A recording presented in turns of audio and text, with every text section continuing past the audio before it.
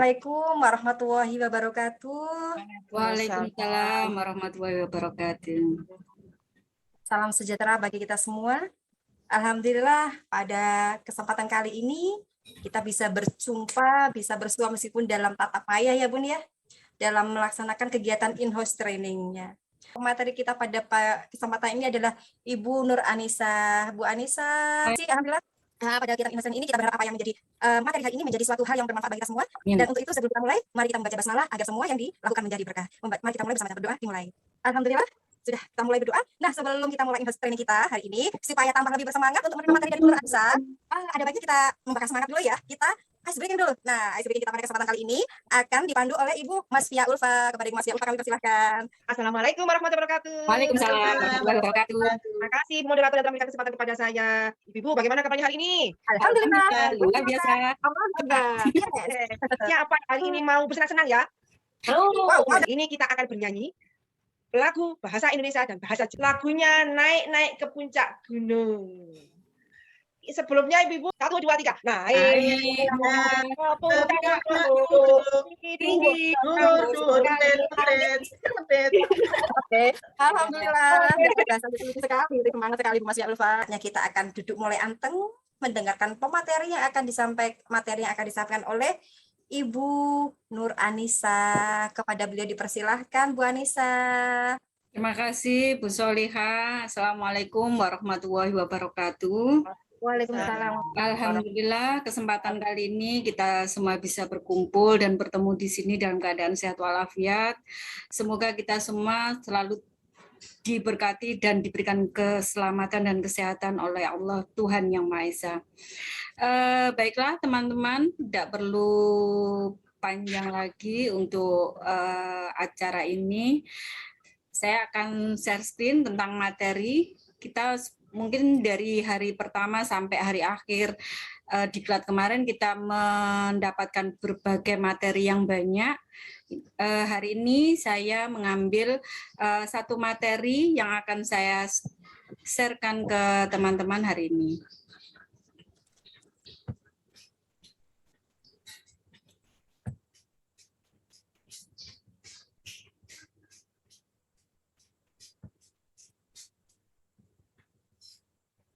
Baiklah, sudah tampak share screen saya? Sudah, Bu. Sudah. Oke, baik. Teman-teman, bunda-bunda PAUD, para kepala sekolah PAUD yang luar biasa, hari ini saya mengambil materi tentang proses penyusunan kurikulum operasional di satuan pendidikan. Materi ini saya ambil untuk dibahas di in-house training kali ini. Proses penyusunan kurikulum operasional di satuan pendidikan perlu dilaksanakan, tapi sebelum itu perlu dipersiapkan pendampingan, evaluasi, dan pengembangan profesional di satuan PAUD. Satuan pendidikan. Hal ini sebelum kita melakukan pendampingan, evaluasi, dan pengembangan profesional di satuan pendidikan, kita harus memahami 3 hal. Yang pertama, yaitu kita harus mengetahui tujuan pendampingan, kemudian tujuan dari evaluasi dan pengembangan profesional. Yang kedua, bagaimana siklus pembinaan dan evaluasi itu kita pahami. Kemudian yang ketiga, apa saja pertimbangan yang perlu dilakukan saat merencanakan pendampingan, evaluasi, dan pengembangan profesional. Untuk itu, saya sudah menyiapkan form untuk form rencana pendampingan, evaluasi, dan pengembangan profesional. Yang dimana di situ telah disiapkan oleh pemerintah beberapa kriteria, di mana di dalamnya ada kriteria menganalisis konteks karakteristik satuan pendidikan, kemudian kriteria yang kedua merumuskan visi, misi, dan tujuan, kemudian kriteria yang ketiga, menentukan pengorganisasian pembelajaran, dan kriteria keempat adalah penyusunan rencana pembelajaran. Nah, di dalam kriteria itu harus ada pendampingan. Untuk pendampingan menganalisis konteks karakteristik satuan pendidikan, yaitu mengadakan workshop yang menghadirkan perwakilan-perwakilan warga satuan pendidikan, yaitu terdiri dari kepala sekolah, guru, wali murid, atau komite, tenaga kependidikan. Kemudian pada saat workshop mengumpulkan data-data di situasi yang nyata dan kondisi satuan pendidikan, seperti analisis lingkungan belajar, terdiri dari sumber daya alam sosial dan budaya, sumber pendanaan, sistem dan kebijakan daerah, kemudian dan kemitraan. Kemudian juga melakukan analisis kebutuhan sekolah, seperti kebutuhan dari peserta didik, guru, dan tenaga kependidikan, juga sarana dan prasarana. Analisis juga dilihat dari analisis SWOT, yaitu kelebihan dan kelemahan dari lembaga kita, yaitu berdasarkan evaluasi diri sekolah. Kemudian yang ketiga, mempersiapkan waktu yang cukup dalam workshop untuk pengumpulan, pengorganisasian, analisis, dan dokumentasi data. Kemudian peserta workshop juga berkolaborasi untuk memilah informasi yang relevan dan menyimpulkan untuk mengembangkan strategi atau solusi. Kemudian pendampingan untuk kriteria kedua, merumuskan visi, misi, dan tujuan, yaitu kepala sekolah mengadakan rapat bersama guru, komite, yayasan, untuk merumuskan visi, misi, dan tujuan dengan konsep berpusat pada peserta didik. Kemudian untuk pendampingan di kriteria yang ketiga, menentukan pengorganisasian pembelajaran, yaitu analisis SWOT berdasarkan hasil-hasil pengorganisasian tadi dan dokumentasi data, serta hasil interview dan wawancara. Ini dilakukan oleh kepala sekolah, guru, dan komite. Kemudian untuk kriteria yang keempat, penyusunan rencana pembelajaran, maka pendampingannya adalah kepala sekolah melakukan pendampingan terbimbing kepada guru, kemudian menyusun rencana pembelajaran. Dari pendampingan atas kriteria-kriteria tadi, maka kami membutuhkan evaluasi. Nah, untuk kriteria menganalisis konteks karakteristik satuan pendidikan dengan pendampingan yang sudah saya sampaikan tadi, itu kita lakukan evaluasi per semester.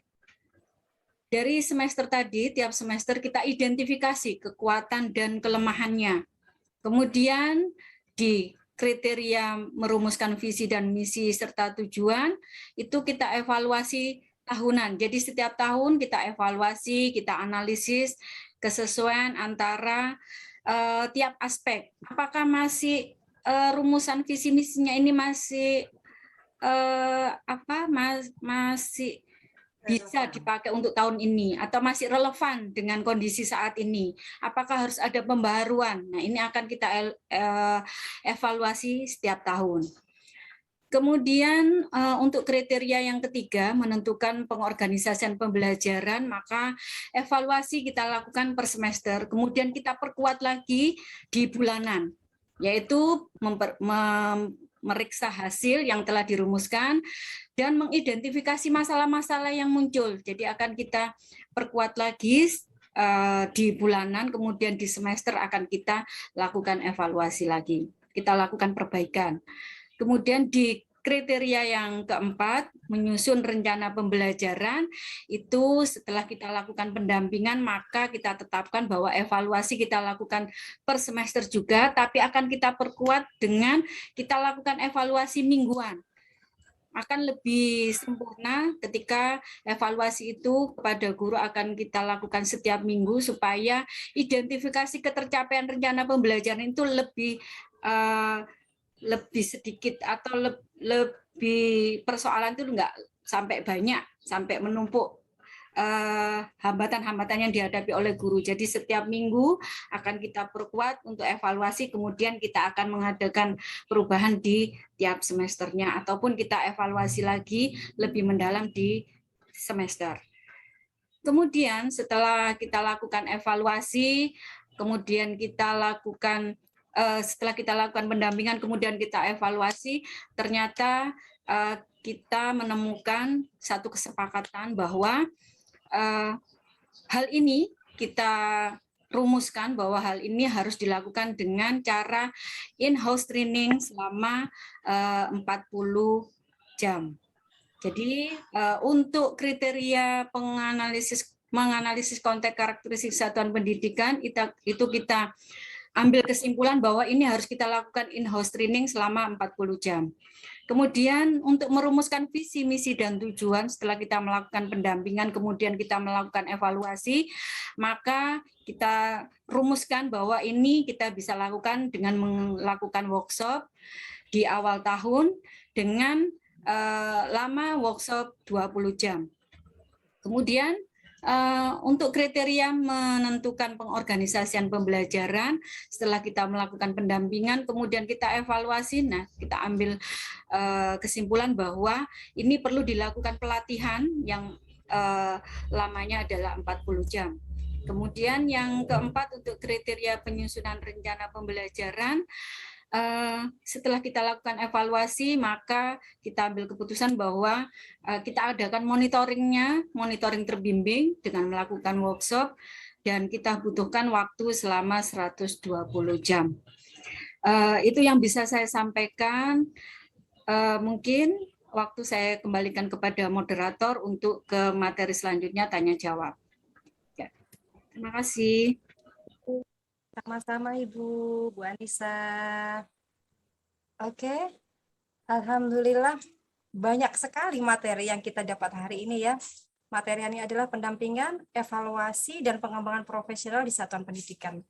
Ada banyak hal yang kita lakukan di sini, mulai persiapan pendampingan, evaluasi, dan pengembangan pendidikan, kemudian bagaimana siklusnya nanti pembinaan dan evaluasinya, apa saja pertimbangan yang perlu kita lakukan. Ini adalah menjadi sebuah gambaran-gambaran kita yang masih, mungkin sebagian dari kita ada yang sudah paham, sebagian lagi dari kita masih perlu waktu untuk mencerna, Bu Anissa ya. Karena ini adalah hal baru bagi kita semua. Jadi ada yang gerak cepat langsung nyaut ya Bun, ada yang masih perlu proses untuk mencerna ini. Nah, untuk itu supaya tidak ada bias pembiasan persepsi, tentunya kita harus menyamakan apa sih yang sebenarnya. Nah, jika dalam kesempatan ini Ibu-ibu ada yang perlu ditanyakan, kita diberi kesempatan ya Bu Anissa untuk bertanya ya untuk saat ini. Baik, dipersilakan siapa yang mau bertanya dulu Ibu? Saya Bu. Oke, Bu Christine silahkan. Terima kasih untuk kesempatan yang diberikan.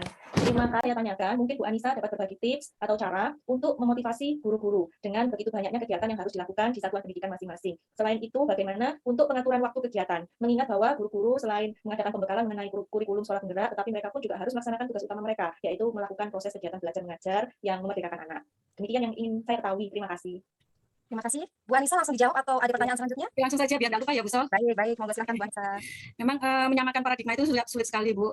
Dari awal memang yang perlu kita lakukan adalah menyamakan paradigma. Jadi di awal dulu kita brainwash semua guru-guru bahwa ini adalah hal yang baru, hal yang baik, dan ini mudah untuk dilakukan. Karena kalau sudah berpikirnya sulit, pasti sampai ke belakang pun akan sulit. Jadi kita masuknya tidak langsung ke yang berat. Jadi apa yang sudah teman-teman pahami itu kita masuk ke sana. Sehingga itu seperti bukan hal yang baru, tapi sudah kita laksanakan, tapi tinggal dipoles lagi supaya teman-teman lebih paham. Itu yang di awal. Kemudian untuk pembagian waktu, memang ini harus kita komunikasikan bersama, kita diskusikan bersama, kita sepakati bersama kapan waktu yang bisa dilakukan oleh ibu guru, kapan bisa duduk bersama, berdiskusi bersama, karena ini membutuhkan waktu yang cukup banyak dan menyita perhatian juga yang banyak. Jadi mungkin kita harus sepakati bersama kapan waktu untuk belajar. Kemudian lupa kita harus memberikan reward sama ibu guru, karena itu hal yang penting. Karena segala sesuatu kalau kita tidak memberikan reward apapun mungkin manusiawi ya Bu, karena kita juga senang kalau dikasih perhatian, dikasih reward apapun itu bentuknya. Kalau memang ada rewardnya itu pasti ada semangatnya di sana. Jadi apapun yang sudah ibu guru lakukan, apapun yang sudah ibu guru sumbangkan, apapun yang sudah ibu guru mau terapkan, mau berubah, itu kita berikan reward khusus untuk kegiatan apapun, sehingga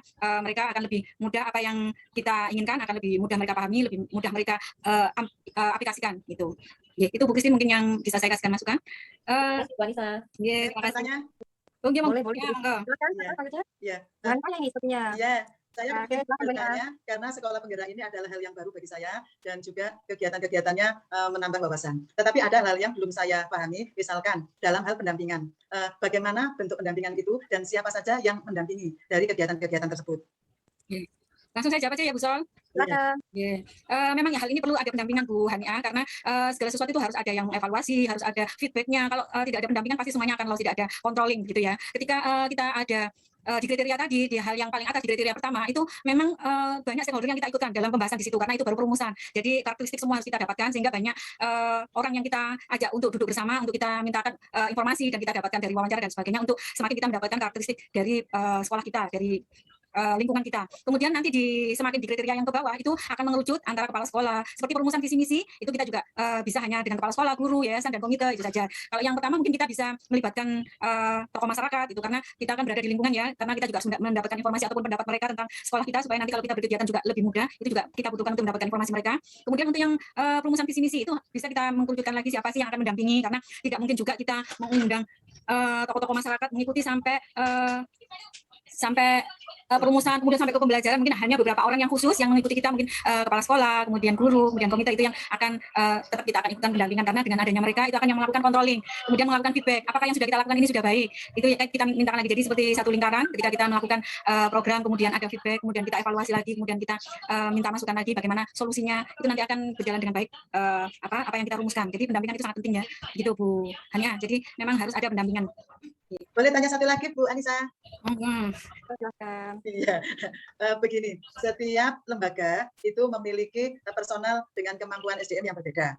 Bagaimana seandainya ini ketika kita membahas kurikulum, ketua yayasannya, pengurus yayasannya kurang paham terhadap sekolah penggerak ini, apakah nanti kita sesuaikan dengan kondisi yang ada atau bagaimana menurut pendapat Bu Anissa? Baik Bu Ania. Mohon maaf Bu Ania. Untuk kompetensi ya, kemampuan guru masing-masing. Memang itu tugas kepala sekolah untuk mengetahui kemampuan dari guru masing-masing dan tentunya kita sudah hafal. Oh, guru ini punya kemampuan yang seperti ini. Guru ini punya kemampuan yang seperti ini. Nah, kita tidak bisa memaksakan kamu harus bisa ini, bisa itu. Memang untuk belajar boleh. Kita memang harus belajar ini, harus belajar. Memang harus ada itu. Tapi passion itu memang tidak bisa dipaksakan ya kalau passionnya. Kalau saya kan begini, guru saya itu ada 7 kebetulan saya sudah paham. Yang guru ini ahli IT, tapi beliau bukan arsiper. Jadi kalau beliau masalah IT mau membuat video pembelajaran, membuat apa, itu teman-teman semua guru-guru saya suruh belajar sama beliau untuk mengajari gitu ya. Tapi beliau tidak pernah kami kasih tugas untuk mengarsip karena setiap dia nyari arsip itu selalu nggak ketemu. jadi setumpuk mau dicari dia nggak bakalan ketemu. Tapi kalau sudah, kamu duduk di depan komputer, kamu kerjakan ini, cari download apa, pokoknya yang IT, dia akan cepat 5 menit sudah ketemu. Cari datanya ini, itu sudah ketemu. Tapi kalau harus buka kertas nyari arsip itu tidak akan ketemu. Nah, dan itu kita memahami Bu, oh ini loh, bahwa ini punya passion ini, punya kemampuan ini. Jadi ketika materi contohnya membuat video, oh ayo teman-teman belajar sama Bu Rini. Nanti Bu Rini akan ngajari. Meskipun teman-teman itu belajarnya pelan-pelan, tapi dia akan ngajari begini-begini. Kemudian waktunya pemberkasan. Nah, ini tugasnya Bu Yani, karena Bu Yani itu sangat rapi dalam hal pengorganisasian ini. Nah, itu Bu Yani tugasnya. Jadi gimana ya kalau nata laporan perkembangan anak supaya rapi, supaya orang tua senang. Nah, pasti konsultasinya sama Bu Yani. Oh, gini loh Bu, ini depannya dikasih ini. Jadi pekerjaan itu cepat selesai. Ketika kita tahu passionnya, sehingga teman-teman kalau pas waktunya mencari data di komputer apa-apa, semua langsung ke Bu Rini. Bu Rini ini gitu. Tapi kalau ke arsip, Bu Yani ini. Jadi pekerjaannya itu cepat selesai. Dan karena ada satu leader ya Bu ya, leader yang Bu diginikan gitu. Ketika di IT, Bu begini, nanti pekerjaan akan selesai. Tidak, aku pintar, aku ya wes nggak mau berbagi. Enggak itu pekerjaan juga akan lama dan tidak akan selesai gitu. Jadi kan kalau nggak bisa IT Bu, terus gurunya menengahi nggak mau belajar, ya kan nggak bisa. Jadi saya gitu kan. Jadi teman-teman siapa sih yang pintar IT? Nah itu saya. Wah hari ini tugasnya ini nih. Kayak kemarin yang tugas LPPH itu ada guru saya yang beliau sangat ini cepat membaca, kemudian dia cepat paham. Oh ini kemauannya seperti ini. Nah itu guru-guru dikumpulkan. Guru ini ternyata idenya begini gitu. Jadi oh begini itu namanya Bu Ika. Dia si kurikulum karena dia sekali mikir. Jadi itu dia langsung mengkomunikasikan dengan teman-temannya. Yang dimasukin itu ini Bu. Jadi dia bisa memahamkan teman-temannya bagaimana sih cara membuat LPPH yang baru, yang seperti yang Bu Anis inginkan itu seperti ini, harus ada ini loh. Itu jadi kami tidak pernah sendiri Bu. Jadi semua sudah paham passionnya. Jadi nggak pernah memaksa. Kon TKA yuk, tanggung jawab TKA, TKB tanggung jawab. Enggak, kami nggak pernah seperti itu. Jadi ketika saya memberikan tugas, oh Bu Ika ini nanti menentukan teman-temannya ini loh yang dimau Bu Anis ini. Kalau saya butuh video pembelajaran, nah semuanya ke Bu Rini gimana ini buatnya begini. Gitu kayak video MPLS perkenalan lokasi sekolah. Nah itu ada sutradaranya. Nah sutradaranya Bu Rini karena dia tahu. Oh Bu harus begini dia detail. Nanti yang jadi ini gitu. Jadi saya nggak pernah memberikan pekerjaan yang itu tidak pada yang tepat orang gitu. Jadi nanti malah nggak jadi pekerjaan Bu, jadi PM di rumah dibawa nanti di sekolah nggak jadi lagi. Gitu. Mungkin akan disambung di lain waktu ya jika ada yang masih ganjel di pikiran nanti akan ada sesi selanjutnya. Materi hari ini sangat seru, sangat membuat kita bersama kembali. Intinya semua yang kita pelajari adalah hal baru. Tadi kata Bu Anissa, kita harus brainwash. Mindset kita yang kita rubah. Apa yang menurut kita susah, mindset kita harus rubah. Ini mudah untuk kita lakukan. Kemudian bahwasanya kita ini berangkat dari kemampuan dan kemauan yang berbeda. Tetapi tujuan kita sama untuk kesuksesan anak bangsa. Jadi kita itu harus sama jalannya ya Bu ya. Alhamdulillah, subhanallah pematerian hari ini sangat berbobot ya bagi kita semua. Terima kasih Bu Anissa atas sharing pengalaman ilmunya pada kesempatan hari ini. Adakah lagi yang perlu disampaikan Bu Anissa? Saya kira cukup besar hari ini. Saya harapkan teman-teman terus semangat belajar karena kita juga sama-sama belajar. Tidak ada kata terlambat, tidak ada yang paling pintar karena semua hari ini adalah belajar dan mencoba, begitu ya Bu Sol. Alhamdulillah. Ini yang biasanya kalau saya misalkan telat belajar agak semangat nih, Bun. Semangat untuk memperbaiki diri ya, sebab semuanya pasti bisa. Semua pasti akan bergerak bersama-sama untuk profil pelajar Pancasila. Baik teman-teman, Bu Christine, Bu Hania, Bu Masya Ulfa, hari ini kita belajar banyak kepada Ibu Anissa. Semoga ini menjadi bekal kita semua untuk melaksanakan program sekolah penggerak. Ya, terima kasih Bu Anissa atas kesempatan hari ini. Baik, marilah kita akhiri kesempatan pada in-house training ini dengan membaca doa kafaratul majelis. Subhanakallahumma wa bihamdika, asyhadu an la ilaha illa anta, astaghfiruka wa atubu ilaik. Assalamualaikum warahmatullahi wabarakatuh. Waalaikumsalam warahmatullahi wabarakatuh. Terima kasih, sampai jumpa kembali di in-house training selanjutnya.